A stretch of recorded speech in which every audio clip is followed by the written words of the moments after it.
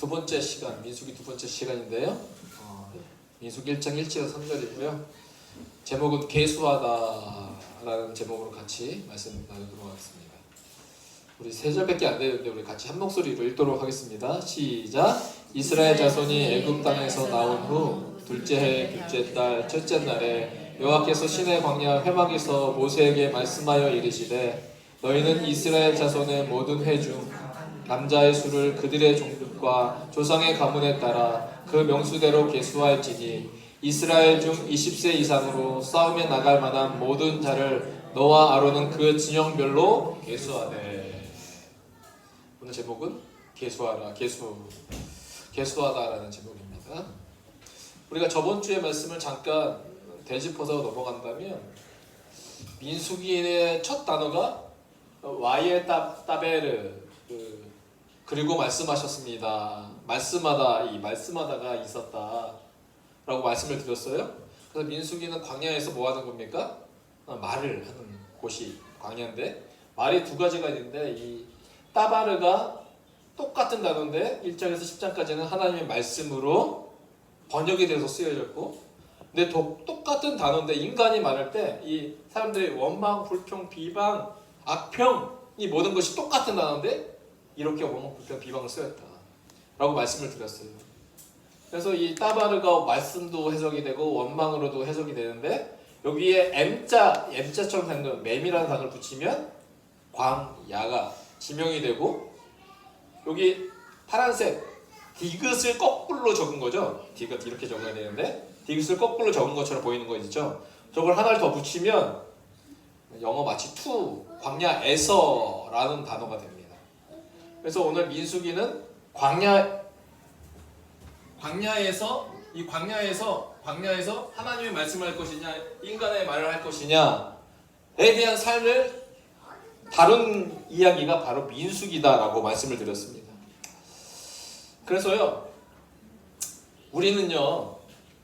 우리가 예수를 믿어서 죽어서 갈 하나님 나라가 아니라 하나님은 이 광야의 삶 가운데 뭘 누리기를 원하세요? 하나님의 나라를, 천국 백성이니까 하나님의 나라를 누리며 살기를 원하세요. 그래서 우리는 어떻게 살고 있냐면 이미 예수님이 2000년 전에 이 땅에 오셨으니까 이미 예수님이 하나님 나라가 임한 거죠. 이미와 그리고 아직 완성될 하나님의 나라는 아직 안 왔죠. 그러니까 이미와 아직의 사이에서 우리는 살고 있습니다. 그래서 이미 임한 하나님 나라 그리고 아직 완성된 하나님 나라가 오지 않는 이 땅, 이 광야에서 하나님이 우리 하나님의 나라를 이루며 살아가라고 우리를 교회 공동체로 불러주셨다는 겁니다. 하나님 나라가 여기 있다 저기 있다 하지 못하리니 하나님 나라는 너희 어디에 있다고요?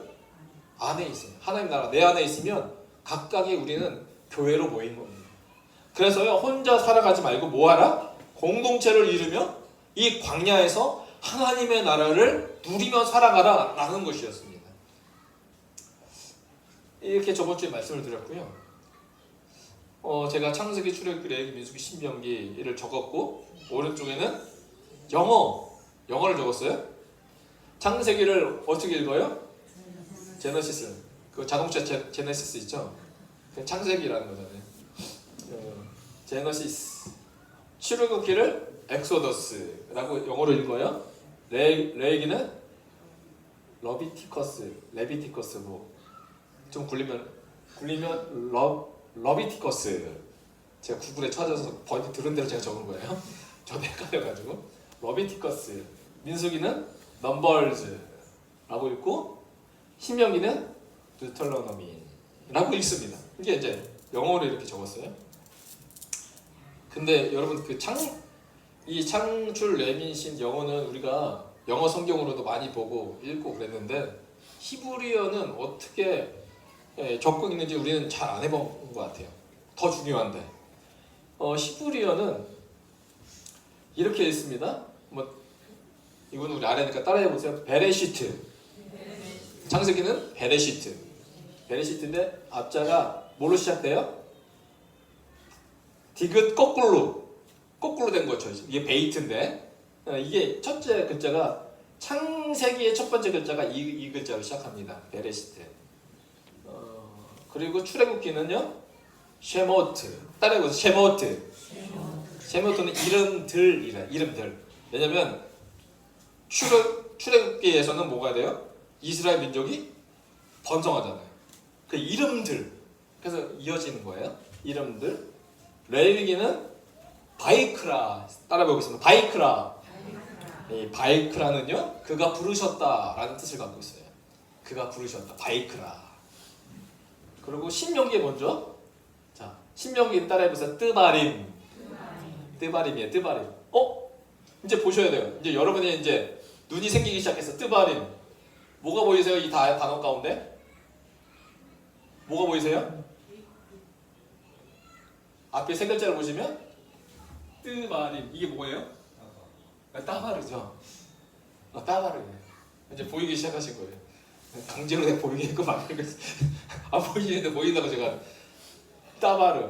그 말씀들입니다. 그 말씀들.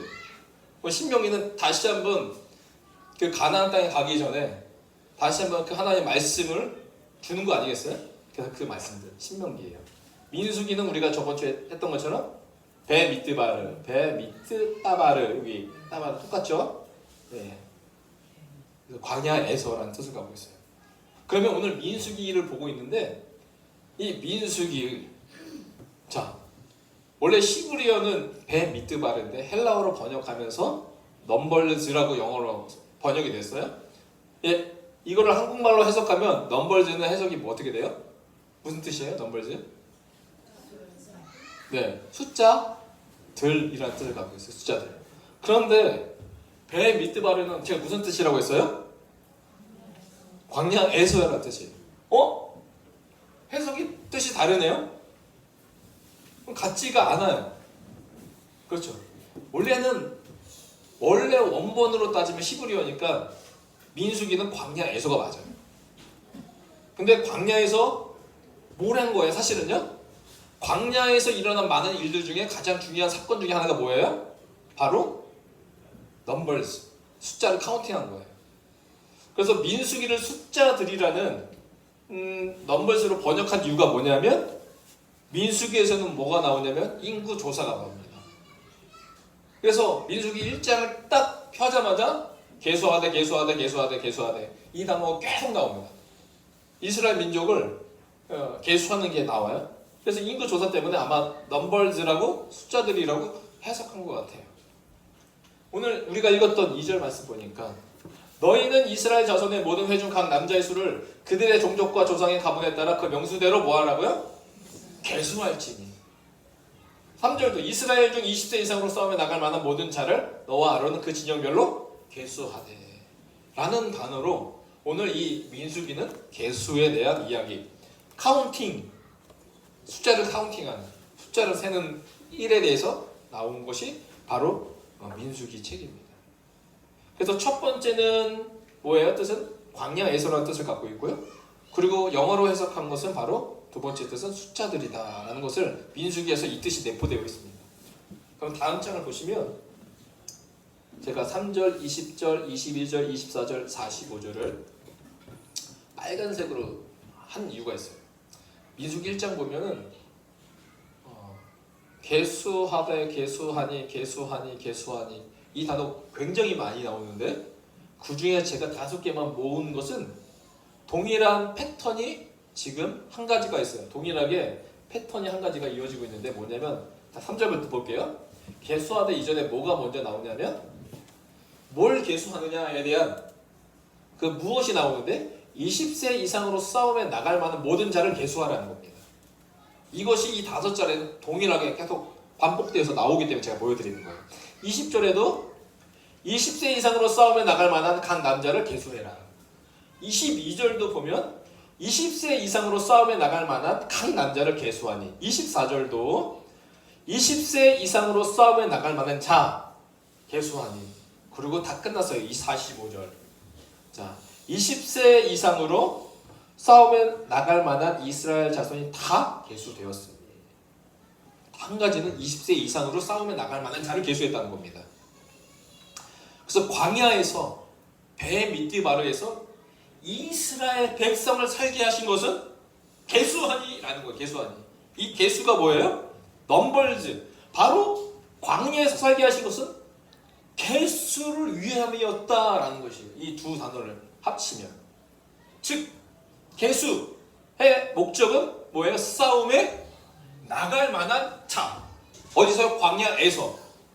그러면 즉 하나님이 이스라엘을 광야로 보내시는 이유가 무엇인가? 이 두 단어를 통해서 우리가 알 수 있는 것은 뭐예요? 바로 이스라엘을 전능하신 하나님의 군대로 만드시기 위함입니다. 왜요? 400년 넘게 이스라엘은 이집트에서 뭘로 살았어요? 주인으로 살았어요? 종으로 살았어요? 종으로 살았다는 거예요. 이 종으로 산 이스라엘 민족을 광야에서 이끌어서 하나님은 이를 종으로 보지 않고 뭘로 보시겠다? 군대로 만들겠다. 너희는 종이 아니야. 하나님의 군대다. 라는 것을 광야를 통해서 계수하셨다. 그래서 하나님의 군대는 뭐한 자들이다? 계수된 자들이다. 라는 것을 우리는 이 민수기의 말씀을 통해서 알 수가 있습니다. 자, 계수하다. 이 계수하다의 이 광야에서 계수된 자들의 의미가 무엇일까? 하나님의 군대라고 말했어요. 그러면 이 계수하다라는 이 단어가요. 우리가 오늘 민수기 1장 1절, 2절, 3절, 3절 읽었죠. 그 중에 2절과 3절에 이 계수하다의 단어가 나오는데 이 계수하다의 단어의 히브리어가 똑같은 단어가 아니에요. 다르게 나와 있어요. 두 가지로 나와 있는데 첫 번째가 계수하다가 뭐로 나오냐면 한번 따라해 보세요. 이후에 읽을 일이 없으니까 이때 한번 따라해 보시라는 거예요. 파카드. 이 파카드가 뭐예요? 계수하다라는 히브리어 단어입니다. 자, 파카드. 자, 중요한 것이 제가 왜 구약을 설명할 때마다 설교할 때마다 히브리어를 자꾸 말하는 것이 뭐냐면 한국어로는 도저히 이해할 수 없어요. 이 원어인 원문의 이 히브리어를 제대로 하나하나 해석할 때 하나님의 의도, 하나님의 의도가 뭐예요? 목적과 계획과 뜻. 이것을 온전히 이해할 수 있기 때문에 그래요. 그래서 제가 힘들어도 히브리어를 보여주는 이유예요. 자, 파카드가 몇 개의 단어로 되어 있어요? 하나, 둘, 세 개로 되어 있죠. 페, 코프, 날렛이라는 세 단어로 되어 있는데, 자, 첫 번째 이 페라는 단어를 보여드릴게요. 자, 귀엽게 쓴 단어가 있길래 갖고 왔어요. 이게 페예요. 페. 귀엽게 쓰면 이렇게 생겼는데 이 단어를 보실 때 사람의 신체 기관 중에 뭘 닮은 것 같아요? 귀요? 자, 힌트를 하나 더 드릴게요. 사람의 신체 중 얼굴에 있는 신체 부위 중에 뭘 닮은 것 같아요? 눈, 귀 나왔어요. 또 뭐 있어요? 코! 그리고요. 눈썹. 눈썹 생각. 눈썹 또. 누가 말씀하셨어요? 입. 네, 여기 5개 중에 있어요. 5개 중에 있어요. 확실한 거 5개 중에 있어요. 그래서 여러분 수준이 정말 대단하세요. 어떻게 이 5개 중에 하나를 맞추셨는지. 잘 보시면 이게 열려 있죠. 그럼 뭘까요? 네, 입이에요. 입. 이 펜은요 입이라는 뜻을 갖고 있어요. 잘 보세요. 그런데 이 히브리어의 놀라운 비밀이 뭐냐면 펜을 이렇게 쓰거든요. 이렇게 쓰거든요. 근데 이렇게 쓰고 난 나머지 음영을 보시면 이 안에 뭐가 보이세요? 어떤 단어가 보이세요? 디귿에 반대된 그 단어 보이세요? 안 보이세요? 보이세요? 안 보이세요? 보여요. 네, 이게 보이죠? 아까 제가 말했잖아요. 베미드바르의 첫 번째 단어 그 베이트가 보인다고요. 그러니까 입을 열 때 그 입 안에 뭐가 있는 거예요? 네, 이 단어가 있는 거예요. 왜냐하면 창세기를 뭐라고 말한다고 했죠? 히브리어로 베레시트라고 했죠. 베레시트의 첫 번째 단어가 뭐예요? 이거 디귿 거꾸로 되어 있는 거 이거 베이트예요. 베이트. 이 베이트 보이시죠? 이 베이트가 어디 안에 있어요? 입이라는 폐 안에 있는 거예요. 왜? 우리 성경책의 첫 번째 단어가 왜 베이트가 하나님이 천지 창조한 첫 번째 단어가 베이트인데 이 베이트가 왜 그럴까요? 하나님이 세상을 뭘로 창조하셨어요? 말씀으로 창조하신 거예요. 하나님의 입의 기운으로 창조하신 거예요. 그러니까 그 입 안에 뭐가 있어요? 하나님의 창조가 있는 거죠. 그 입에 파카드, 개수하다 첫 번째 단어가 펜데 이 안에 베이트가 있습니다. 두 번째 코프라는 단어인데 코프가 모세 시대 한 BC 1500년대에 이렇게 생겼어요. 사용하다 보니까 이게 섰어요. 위로 섰어요. 그러니까 나중에 현대에서는 이렇게 쓰게 되었어요. 자, 이 첫 번째 썼을 때 이 모양을 보면 이게 뭐랑 닮았을 것 같아요? 우리 김춘옥 권사님은 아실 것 같아요. 뭐 닮은 것 같아요?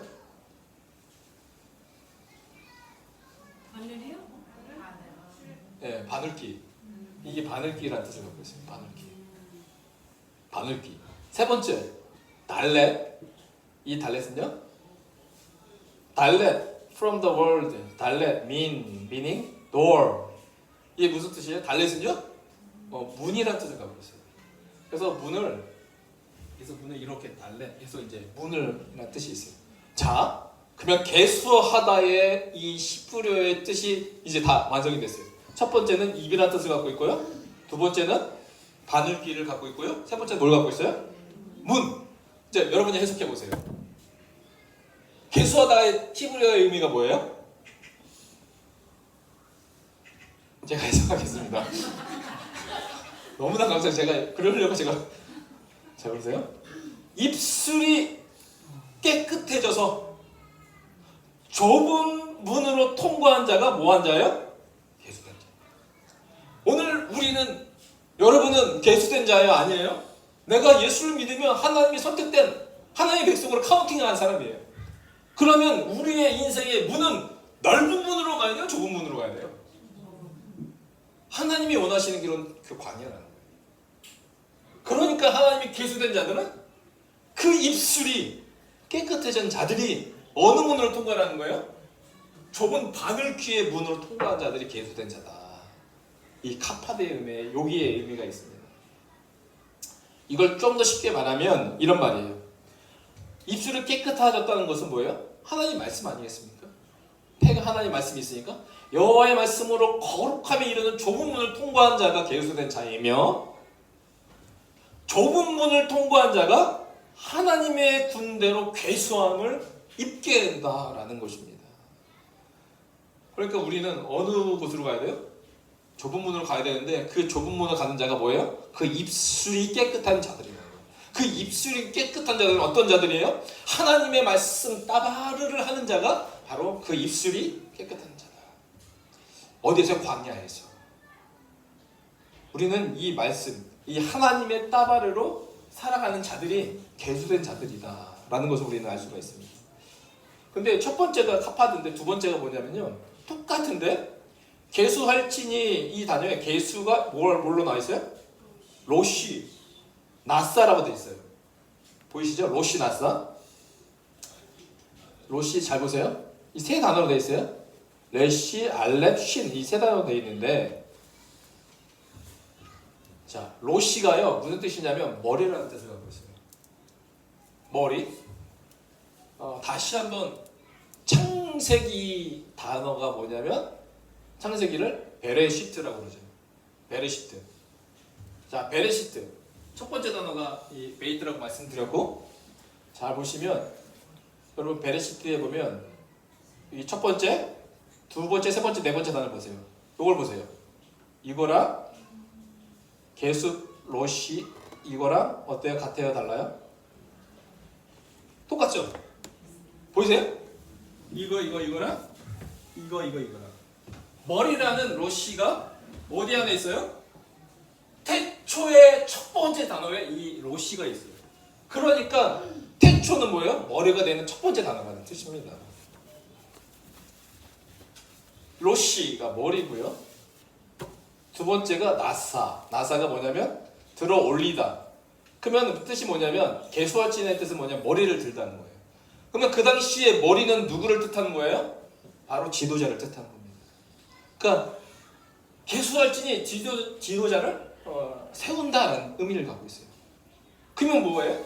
입술이 깨끗해져서 좁은 통과한 영적인 지도자들은 바로 뭐하는 자들이에요? 하나님의 말씀에 따바르를 하는 자들이 바로 개수된 자들이다라는 것입니다. 그래서요, 이 민수기를 통해서 알 수 있는 유일한 절대적인 사실은 뭐냐면 광야에서 살 길은 오직 뭐밖에 없다는 거예요? 말씀밖에 없다는 거예요. 오늘 하나님께서 애굽에서 출애굽하게 하신, 그리고 광야에 가게 하셨잖아요. 이 애굽은 무슨 것을 의미해요? 사실은 종된 옛적 삶, 이전의 삶. 이 애굽이 430년, 이 400년 넘게 종으로 살았던 이 애굽을 하나님이 어떻게 이들을 출애굽하시죠? 어린 양의 그 피를 각 가정의 문에다가 이렇게 문설주에다가 피를 바르는 그 집마다 마지막 10번째 재앙 때 죽음의 영이 뭐예요? 넘어가죠. 패스오버, 유월절. 그 어린 양의 피로 말미암아 구원받은 이 이스라엘 백성이 하나님의 광야로 이끄십니다. 그래서 이것은요, 예전의 삶, 종된 삶, 이전의 삶. 이걸 오늘날 우리는 예수님의 보혈의 피로 우리가 죽음의 영이 넘어간 겁니다. 그래서 광야로 이끄셔서 결국 우리의 최종 목적지는 가나안인데, 이 가나안은 사실 천국을 말하죠. 하나님 나라를 말합니다. 그러면 우리를 구원받아서 최종 목적지인 하나님 나라 천국에 가는 건데, 그 가정 가운데 우리를 어디에 살게 하셔요? 광야에 살게 하신다는 겁니다. 근데 광야에서는 뭘 살아가는 거예요? 믿음의 삶, 교회의 공동체의 삶으로 살아가는 겁니다. 우리가 예수를 믿잖아요. 이전에 우리가 죄된 종된 삶에서 예수를 믿으면 어떤 일이 일어나요? 믿음으로 말미암아 내 죄가 사해지고, 그리고 의롭다 하심을 얻어 하나님의 백성이 됩니다. 자, 예수를 믿으면 뭐가 돼요? 죄사함과 의롭다 하심을 얻습니다. 이건 기본이에요. 가장 기본이에요. 그런데 내가 예수님을 믿어 내가 죄사함과 의롭다 하심을 얻게 돼요. 이제는 내가 죽어 없어지고, 이제 내 안에 누가 살아요? 예수님이 사시는 것이다. 그렇죠. 내가 십자가에 못 박혀 죽었나니 이제 내가 산 것이 아니라 내 안에 그리스도께서 사신 거예요. 그럼 내 안에 그리스도께서 사신 것이, 내가 믿으면 그리스도께서 사신 것이면 물어볼게요. 하나님이 여러분을 딱 보실 때 누구처럼 보실까요? 왜 자신감이 없으세요? 내가 예수를 믿으면 내 안에 누가 계셔요? 예수님이 계셔요. 그러면 그 다른 표현으로 뭐라고 말하냐면 그리스도로 뭘 입었다고 말해요? 그리스도로 내가 옷을 입었어요. 딱 그리스도로 옷을 입으면 하나님이 우리를 볼 때 누구처럼 보시겠어요? 이 그리스도, 예수처럼 보는 거죠. 나는 제대로 죽을 수밖에 없는 인생인데 그 예수를 믿음으로 그리스도의 옷 입었다. 이 말은 에베소서 1장 3절처럼 하늘에 속한 모든 신령한 복을 받은 자로 살아가는 겁니다. 믿으십니까? 그 충만함이 우리 가운데 임하는 거예요. 그 그리스도로 옷을 입어서 내 안에 예수가 계심으로 나를 하나님의 성전 삼으시고 교회 삼으신 거예요. 그래서 이 광야의 삶 가운데 우리가 혼자 살아가지 않고 교회 공동체를 이루며 이 광야에 살아가게 하시는. 그러면 잘 보세요. 우리가 광야에서 살고 있는데 광야에서 가장 필요한 게 뭐예요? 돈이 필요할 거예요. 우리는. 또 뭐가 필요해요? 옷이 필요합니다. 옷도 필요하고 구두도 필요하고, 테니스 치려면 테니스 옷도 필요하고, 테니스 화도 필요하고, 그리고 뭐도 그래요? 의식주, 밥도 필요하고 집도 필요하고 필요합니다. 근데 광야에서는 뭐 하라는 거예요? 어떤 따바라는 거예요? 말씀에 따바라. 말씀을 붙잡고 살아가면 우리를 광야로 부르셨는데, 우리의 광야의 우리의 인생 가운데 뭐가 없으면요? 돈이 부족해지면 우리는 우리 입술에 뭐가 나와요? 말씀이 나오는 게 아니라 원망하고 불평하고, 하나님 왜 나 이렇게 힘들게 하셔요? 왜 하는 것보다 안 되게 하세요? 원망합니다. 만약에 우리의 옷이 없어, 입을 게 없어요, 그러면 감사가 아니라 원망이 나옵니다. 먹을 게 없고 우리가 의식주가 없어서 힘들어지면 우리가 뭐 하게 돼요? 원망하고 불평합니다. 그런데 우리 민수기에서는 뭘 보여줘요? 이 광야에서는 이것들로 원망하고 불평하지 말아라라는 겁니다. 왜요? 하나님 나라의 삶을 살아가는 이 광야에서 뭐 잡고 살아가라는 거예요? 하나님의 말씀 붙잡고 살아가라. 이 메시지를 던지고 있는 겁니다. 그래서요, 우리가 광야에서 군사로 괴수함을 부르심을 받은 자임을 여러분 확실히 믿으시길 주의를 축복합니다. 그러면 내가 하나님의 군사로 부르심을 받았다. 우리는 광야에서 좋은 군사가 되어 하나님이 기쁘신 자녀로 살아가야 되는데, 그러면 좋은 군사가 되기 위해서는 바울이 디모데에게 말했죠. 디모데후서 2장 3절에 너는 그리스도의 예수의 무슨 병사로 해요? 좋은 병사로 되기 위해서 바울이 뭐라고 해요? 야, 너 좋은 병사가 되기 위해서는 어떻게 살아가야 하냐면 이렇게 말하고 있어요. 나와 함께 뭘 받자? 고난 받자. 야, 좋은 병사가 되기 위해서 야, 너에게 좋은 전투복과 좋은 좋은 월급과 그리고 편의 제공과 너의 연금을 내가 준비한 게 쏘가 아니었어요. 오늘 개수된 그 이유가 뭐예요? 하나님이 우리를 영적 군사로 부르시는 건데, 바울은 거기 한 발짝 더 나가서 좋은 병사는 뭐예요? 뭘 받자? 고난을 받자. 그래서요, 우리가 그 UDT나 그런 특수 임무를 받은 군인들은 어떻게 훈련받아요? 인간의 고통까지 끌어 내려가도록 훈련을 받아요. UDT는 보면 해병대 보면은 줄을 묶고 바다에 내려가잖아요. 그래서 그것을 스스로 이렇게 헤엄쳐서 살게끔 그런 극한의 고통까지 하는 것은 뭐예요? 그 군사가 좋은 군사 되기 위해서 하는 겁니다. 좋은 군사가 되기 위해서는 고난을 받아라. 하나님 우리의 좋은 군사를 우리를 만들기 위해서 이끄신 곳이 뭐예요? 광야였다는 거예요. 근데 우리는 그 광야를 하나님의 그 뜻과 계획을 모른 채 불평과 불만을 하고 있는 우리의 모습이 있다는 거예요. 하나님의 뜻을 알면 그렇지 않은데, 하나님의 계획은 뭐예요? 뭐예요? 여러분의 좋은 군사 병사 되는 거예요. 그러니까 좀 힘들지만 너 좋은 병사 만들기 위해서 어딜 보내는 거예요? 광야, 고난 가운데 보내시는 겁니다. 하나님이 우리를 광야로 이끄시는 것도 좋은 병사 만들기 위함입니다. 그래서요, 바울이 계속 말해요. 너는 그리스도 예수의 좋은 병사로 나와 함께 고난을 받으라 라고 하면서, 이 좋은 병사는 어떻게 산다는 거예요? 병사로 복무하는 자는 자기 생활에 얽매이는 자가 하나도 없다. 그러니까 나를 위해서 살아가는 병사가 없다는 거예요. 좋은 병사는 어떤 병사예요? 나를 모집한 그 상급자, 하나님이겠죠. 우리는 이는 병사를 모집한 자를 기쁘게 하려 합니다 라고 말하고 있는 거예요. 좋은 병사는 병사를 모집한 이의 명령이 첫 번째인 거죠. 그렇다면 우리를 좋은 하나님의 영적 백성 군사로 만들기 위하여 광야로 부르신 하나님의 명령인 이 말씀이 우리에게 뭐가 되어야 돼요? 첫째가 되어야 된다는 것입니다. 첫째. 그래서요, 좋은 군사가 되기 위하여 우리는 뭘로 부장되어야 돼요? 하나님의 말씀. 한 번 더 반복할게요. 에베소서. 이 말씀으로 부장되기 위해서 뭘 입어라? 하나님의 전신 갑주를 취하라. 좋은 병사가 되어 전신 갑주를 취하라고 말하고 있습니다. 오늘 로마 군인의 그 병사의 모습을 통해서 이것을 설명하기도 하자.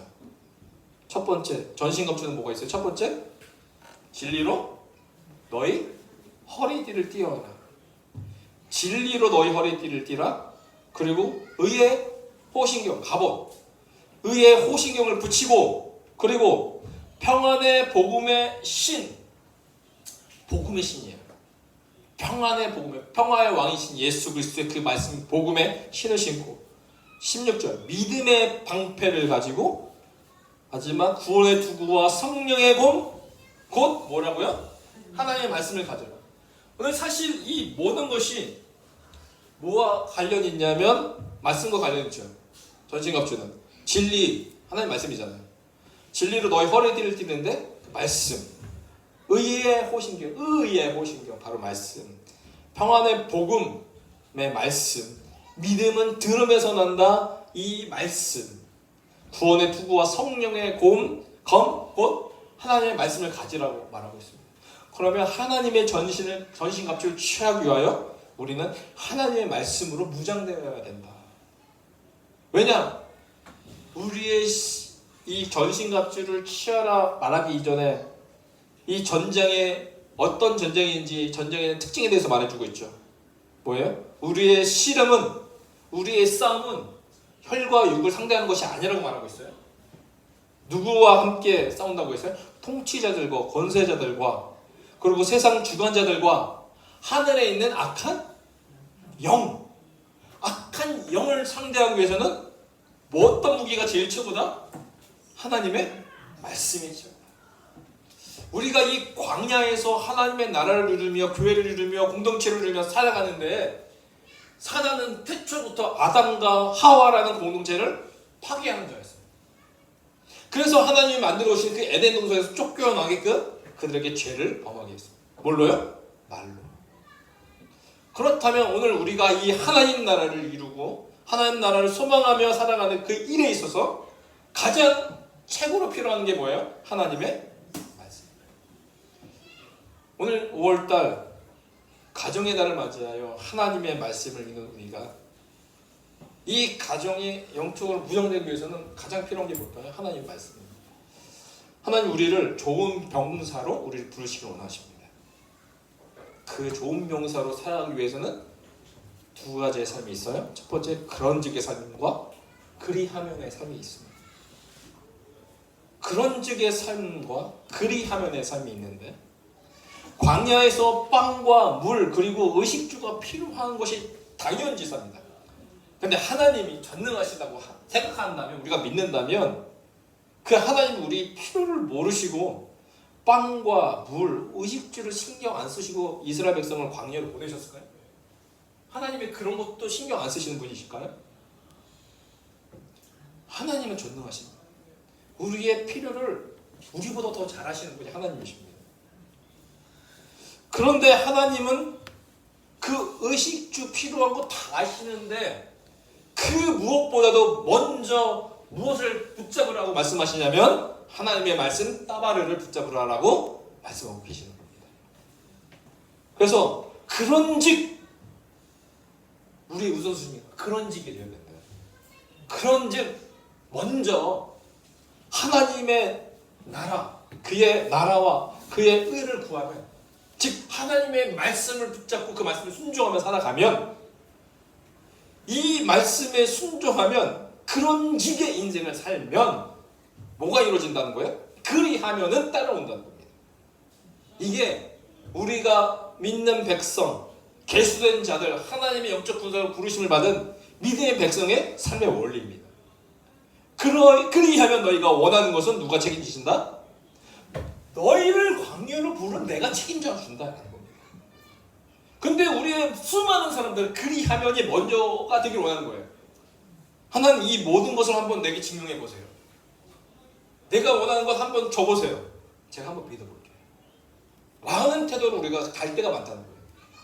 그래서 이것을 주시면 내가 하나님 믿고 이것이 사라지면 하나님이 안 계신다고 말하게 되는 거죠. 그런데 그런 적이 먼저 된 사람은 그의 나라와 그 일을 구하며 나가는 자는 그리하면이 있던 없던 흔들리지 않는다. 왜냐? 이 그리하면은 하나님이 책임져 주실 그 영역, 하나님을 신뢰하기 때문에 그렇습니다. 하나님이 광야로 이끄셨습니다. 누구 책임이에요? 하나님 책임이에요. 그러면 우리는 하나님이 원하시는 그 말씀대로 먼저 그의 나라를 구하며 말씀을 붙잡으면, 야, 이것도 책임져 주시는 하나님의 은혜를 경험하게 될 것입니다.